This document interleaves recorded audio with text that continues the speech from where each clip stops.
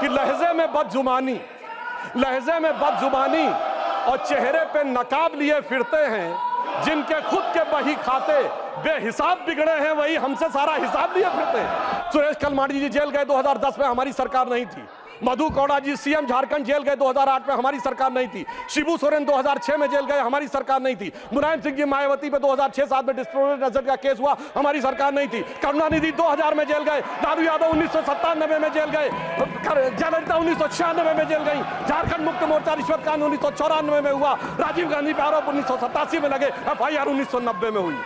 मैं सिर्फ ये बताना चाहता हूं, 30 साल से देख रहे हैं सभापति महोदय, हम लोग छात्र जीवन से प्रौढ़ावस्था में आ गए, जेल में अंदर बाहर आने जाने का खेल देखते हुए, और अब हमसे कहते हैं कि 2014 के बाद ये है।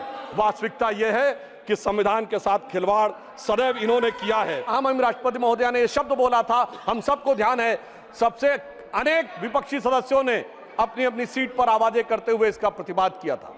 संभवतः उनके मन में इस बात के लिए स्वीकार्यता नहीं हो पा रही थी कि ये कैसे हो गया कि लगातार तीसरी बार मोदी जी के नेतृत्व में भारत की जनता ने स्पष्ट जनादेश दिया और पंडित जवाहरलाल नेहरू जी का वो रिकॉर्ड जिसके ऊपर वो बहुत इतराते थे, उसकी बराबरी हो गई।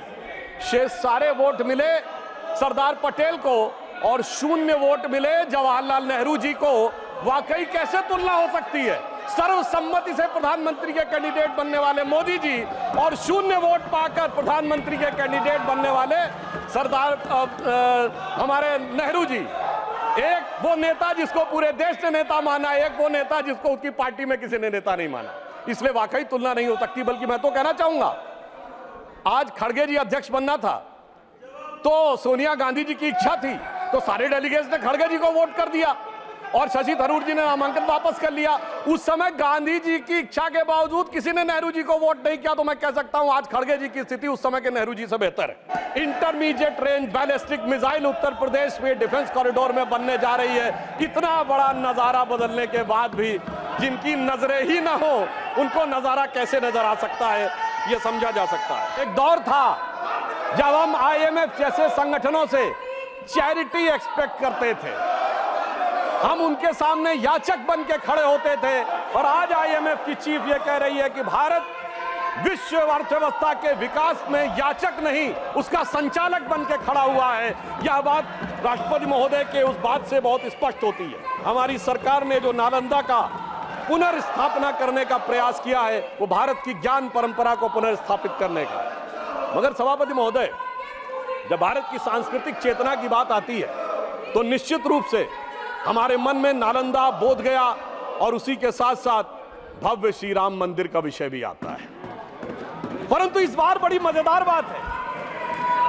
मजेदार बात है कि अयोध्या की लोकसभा सीट पर हमें वांछित सफलता नहीं मिली, और उसको लेकर इनके चेहरों के ऊपर जो चमक दिखाई पड़ती है, ये अपने आप में राजनीतिक विश्लेषकों के लिए एक फूड फॉर थॉट है।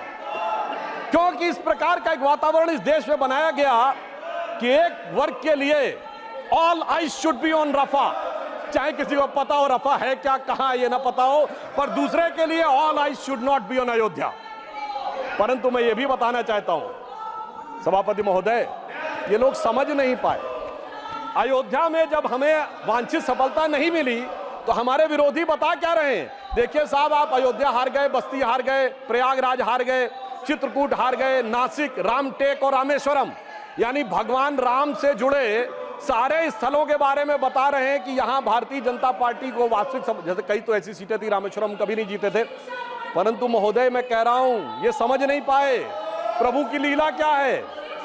जो लोग ये कहते थे कि राम हुए नहीं, इसका सबूत दो, वो उत्तर से दक्षिण तक राम से जुड़े स्थानों का सबूत दे रहे हैं कि अयोध्या भी राम से जुड़ी थी, बस्ती भी जुड़ी थी, प्रयागराज भी था, रामटेक भी था, रामेश्वरम भी था।